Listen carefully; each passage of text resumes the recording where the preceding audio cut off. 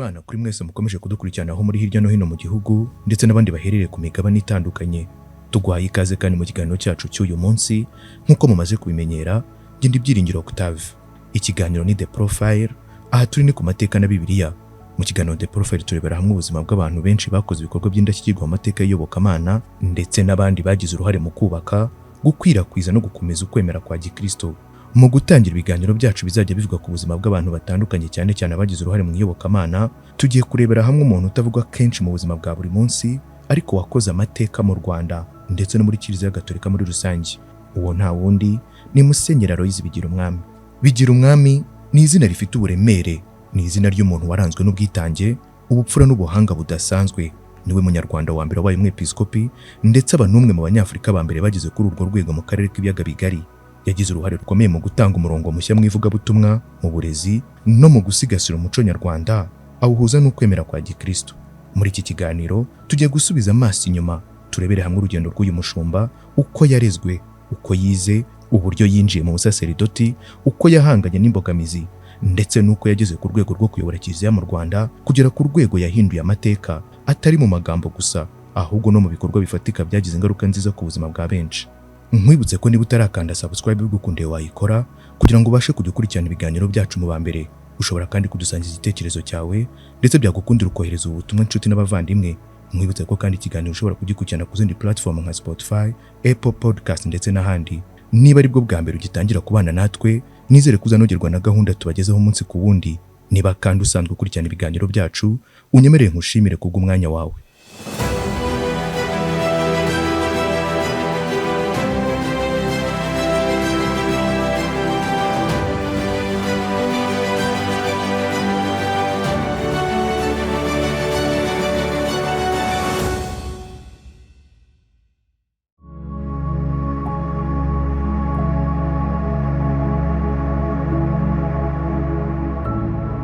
Aloys Bigirumwami yavutse tariki 22 Ukuboza mu mwaka w'1904 Izaza mu karere ka Ngoma mu burasirazuba bw'u Rwanda. Se yitwaga Ngirumpatse Joseph Rukamba naho nyina akitwa Nyiratabaro.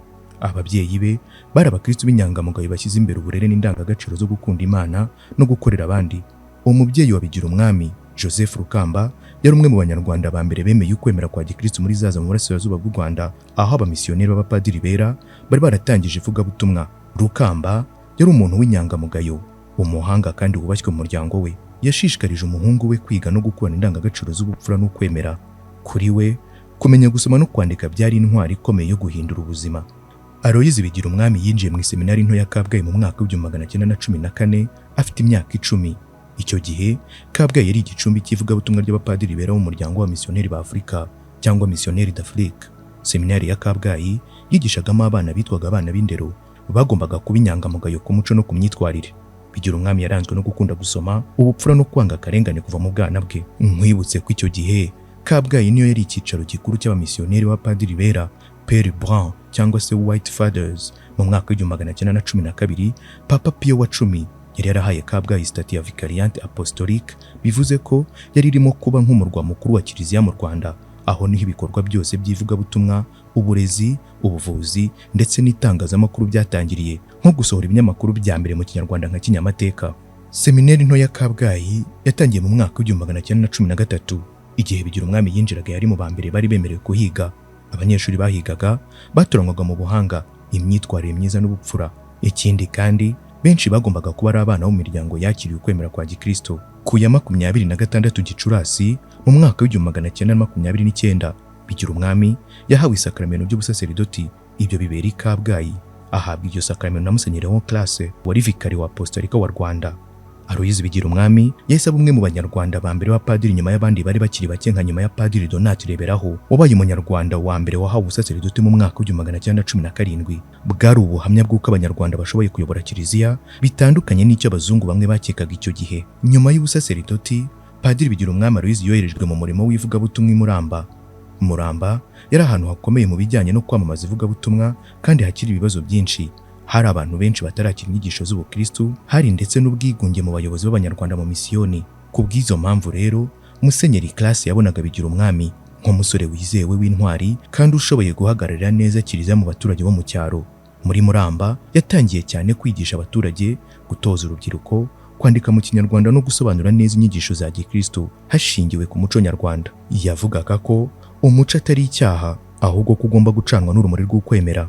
Kuri bamwe, koherezwa kwe muri Muramba ni nk'aho ko ari ikizami cya mbere ku bushobozi bwe bwo kuba umuyobozi wa Kiliziya.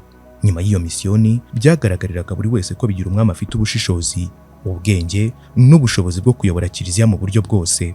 Mu mwaka w'1947, Musenyeri Laurent de Primoz wari vikari wa Apostolika wa Rwanda yahisemo Padiri Bigirumwami ngo abe umujyanama we wa hafi. Ku bwa de Primoz, Bigirumwami yari afite ubushishozi budasanzwe, yumvaga abaturage, akavuga neza Ikinyarwanda, kandi yari umukozi udasanzwe utajenjekera ku ndangagaciro. Kuva mu mwaka w'1929, Bigirumwami yari amaze imyaka irenga 17 akora umurimo w'ubusaseredoti mu buryo bw'intangarugero muri Muramba, Nyundo n'ahandi. Yari umwe mu bapadiri bake b'Abanyarwanda icyo gihe wari warerekanye ubushobozi bwo gufata imyanzuro y'ubuyobozi. Mu gihe bamwe mu bapadiri b'abazungu babonaga nk'aho Abanyarwanda badashoboye kuyobora, de Primoz yabonaga ko Bigirumwami ashobora kwerekana ko Umunyarwanda ashobora kuba umuyobozi mwiza wa Kiliziya. Ikindi gikunzwe kugarukwaho nuko muri iyo myaka Kiliziya Gatolika ku rwego mpuzamahanga yari itangiye gutegura impinduka zizazamura Abanyafurika mu nzego z'ubuyobozi, bitewe nuko abamisiyoneri bari bamaze imyaka myinshi biganje mu buyobozi. Mu kumugira umujyanama, Musenyeri de Primoz yamuzamuraga buhoro buhoro, amuha imyitozo y'imiyoborere, bityo amutegura ku umwepiskopi wa mbere w'Umunyarwanda. Ikindi nanone abashakashatsi bakunze kugarukaho ni ubumenyi, indangagaciro n'icyubahiro yari afite. Bigirumwami yari umwanditsi w'imivugo n'ibitabo, yavugaga neza Igifaransa, Ikinyarwanda n'Ikilatini. Yari yarigishije, anandikira ibinyamakuru nka Kinyamateka, byatumaga benshi bamutega amatwi. Yagaragazaga umutima w'impuhwe, umuco wo kwitanga, guhuza ukwemera n'umuco nyarwanda. Ibyo byose byagombaga kuba ku isonga ry'abayobozi ba Kiliziya y'ejo hazaza. Kuba umujyanama wa Musenyeri de Primoz byamubereye urubuga rwo kumenyera imiyoborere ya Kiliziya ku rwego rwa vikariyanti. Bimubera kandi nanone intambwe igaragara yamuhesheje guhabwa inkoni y'ubwepiskopi. Ku itariki ya mbere Kamena mu mwaka w'1952, aba umwepiskopi wa mbere w'Umunyarwanda ndetse n'umwe mu ba mbere bo muri Afurika yo munsi y'ubutayu bwa Sahara. Ku ya 14 Gashyantare mu mwaka w'1952, Papa Pio wa 12 yagize Aloyizi Bigirumwami umwepiskopi wa mbere w'umwirabura mu Rwanda, ahabwa ubuyobozi bwa Diyosezi ya Nyundo. Icyo gihe yabaye kandi umwe mu Banyafurika ba mbere bahawe izo nshingano mu karere. Mu mwaka w'1952, Abanyarwanda bari barahawe ubusaseredoti bari bake cyane. Bamwe bari bakiri bato, abandi bataramenya neza imiyoborere ya Kiliziya ku rwego rwa vikariyanti. Bigirumwami yari amaze imyaka 23 ari padiri, mu gihe abandi benshi bari bataramara imyaka 10. Uburambe bwe bwatumaga agaragara nk'umuntu ushobora guhangana n'inshingano ziremereye. Ikindi cyakunze kugaragara kuri Musenyeri Aloyizi Bigirumwami, yari umuhuza hagati y'abazungu n'Abanyarwanda. Yamenyaga gufata ibyiza mu muco w'Abanyarwanda akabihuza n'Ubukristo. Yitandukanyaga n'abandi benshi kubera icyubahiro yubahaga umuco w'Abanyarwanda, ariko atajegajega mu kwemera kwa Gikristo. Muri icyo gihe kandi Papa Pio wa 12 n'abandi bapadiri b'abamisiyoneri bashakaga gushyira imbere africanization ya Kiliziya, ni ukuvuga gutangira gushyira Abanyafurika mu buyobozi. Bigirumwami rero ku myaka 48 yari umugabo uhamye, wakuze mu mahame ya Kiliziya kandi yizewe mu Banyarwanda ndetse n'abazungu. Mu by'ukuri hari abandi bapadiri b'Abanyarwanda, ariko nta wari ugeze ku rwego rw'icyo gihe. Bamwe mu bapadiri b'Abanyarwanda bari Padiri Reberaho Donati, umusaseredoti wa mbere w'Umunyarwanda, ariko ntiyari yaragaragaje ubushake cyangwa ubushobozi mu buyobozi bwa Kiliziya. Abandi bari bagikura mu mirimo, abandi bashishikajwe no kwigisha, kwandika cyangwa gukora ubutumwa mu misiyoni y'icyaro. Padiri Aloyizi Bigirumwami niwe wari wujuje ibisabwa byose: ubwenge, ubumuntu, ubumenyi, uburambe n'imico ishigikira umuco w'igihugu. Niyo mpamvu Kiliziya Gatolika haba i Kabgayi, i Roma ndetse no mu bantu bamuhisemo nka Musenyeri wa mbere w'Umunyarwanda, agahabwa inshingano yo gutangiza Diyosezi ya Nyundo, yari iya mbere iyobowe n'Umunyarwanda. Ikindi kitazibagirana mu mateka nuko igihe Musenyeri Aloyizi Bigirumwami yagirwaga umwepiskopi, byatumye aza ku rutonde rw'abepiskopi ba mbere b'Abanyafurika kavukire bakomoka muri Afurika yo hagati, cyane cyane mu turere twa Rwanda, Burundi, Kongo Belge cyangwa Repubulika ya Demokarasi ya Kongo y'ubu, Uganda, Kenya ndetse na Tanzania cyangwa Tanganyika y'icyo gihe. Muri iyo myaka mu Rwanda ndetse no mu karere k'ibiyaga bigari hari hakirimo abepiskopi bake cyane b'abirabura.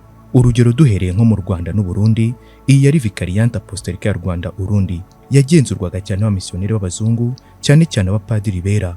Bigirumwami yabaye umwepiskopi wa mbere w'Umunyarwanda ndetse n'umwirabura muri iyo ntara yose. Abandi bari bakiri abazungu nka Léon Paul Classe, Laurent de Primoz ndetse n'abandi. naho mu burengerazuba bw'u Rwanda cyangwa muri Congo Belge ariyo Repubulika Iharanira Demokarasi ya Congo y'ubu, mu mwaka w'1952 Congo yari ikiri mu maboko y'Ababiligi. Nta mwepiskopi w'umukongomani wari uriho, abepiskopi bose bari Ababiligi. Naho mu gihugu cy'amajyaruguru muri Uganda, Joseph Kiwanuka yabaye musenyeri wa mbere w'umwirabura muri Afurika yo munsi y'ubutayu bwa Sahara mu mwaka w'1939. Gusa nubwo Kiwanuka yagizwe musenyeri muri uwo mwaka, yahawe izina ku mugaragaro nk'umwepiskopi wa diocese ya Masaka ubwo vikariyanti yazamurwaga ikaba diocese yuzuye ku wa 25 Werurwe mu mwaka w'1953. Muri Kenya abamisiyoneri b'abazungu, Abataliyani, Ababiligi n'Abafaransa bari bagifite ubuyobozi bwuzuye. Naho muri Tanganyika, Laurent Rugambwa yabaye umwepiskopi mu 1951 mbere gato yabigira umwami ku ya 13 kuza mu mwaka w'1951. Aza guhabwa isakramento ry'ubwepiskopi ku itariki ya 10 Gashyantare mu mwaka w'1952.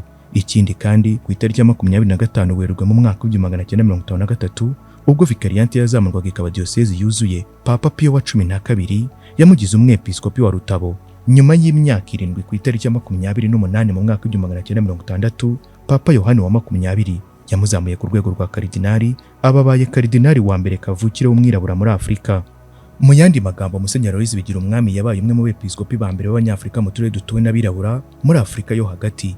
Yabaye intangarugero n'ikimenyetso cy'ihinduka rya Kiliziya Gatolika ku mugabane wa Afurika. Kuva ku buyobozi bw'abazungu bajyaga bigaragaza nk'abazungura, Kiliziya yagaragaje icyizere ku bantu kavukire. Mu mwaka w'1959 tariki 10 Ugushyingo, Papa Yohani wa 23 yandikiye abayobozi ba Kiliziya bo muri Congo, Rwanda ndetse n'u Burundi urwandiko rwitwa Cum Sinapis Palavum, ahindura ibyari vikariyanti biba diocese, ibyari misiyoni biba paruwasi. Bigirumwami yambariye kuba musenyeri wa diocese ya Nyundo.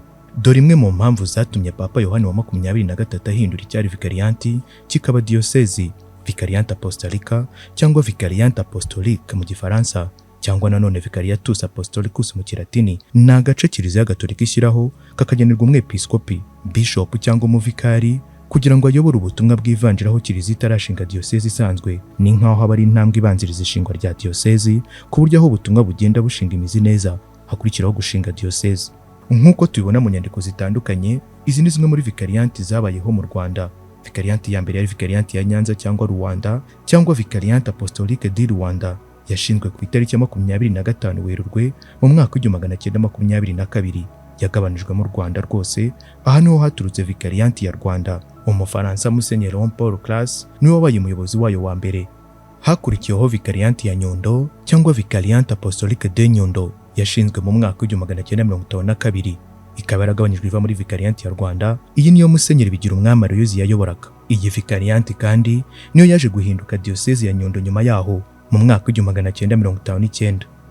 Mu mwaka w'1960 tariki ya 7 Kanama, Musenyeri Aloys Bigirumwami yambitswe pallium nka musenyeri wa diocese ya Nyundo. Intego ye y'ubwepiskopi yari indi wa mor aroma lucis. Gusa muranyihanganira sinzi ko ndisomye neza.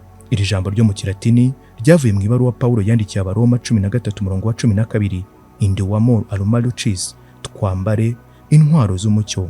Umucyo mu myumvire ya Gikristo ugereranya ukuri, ubutungane, iby'Imana ishima, kwihagararaho mu kuri no kurwanya umwijima cyangwa icyaha. Ubutumwa bwo muri iyi nteruro kwari ugukangurira abakristo kwitwaza intwaro z'ukwemera, ibyiringiro, urukundo, ubutabera n'ukuri, bakaba abantu bagendera mu mucyo nk'uko Bibiliya bisobanura. Impamvu Bigirumwami yayihisemo, yarashishikajwe no gucanira abanyarwanda umuriro wo kwemera, uburezi n'umuco. Yifuzaga ko Kiliziya ikura yigenga, iharanira ukuri, ikarwanya ubujiji n'umwijima. Mu yandi magambo, twambara intwaro z'umucyo bivuga kwigobotora umwijima, ubujiji, ibyaha ndetse n'ubukoroni, tukagana mu kuri no mu mahoro y'Imana.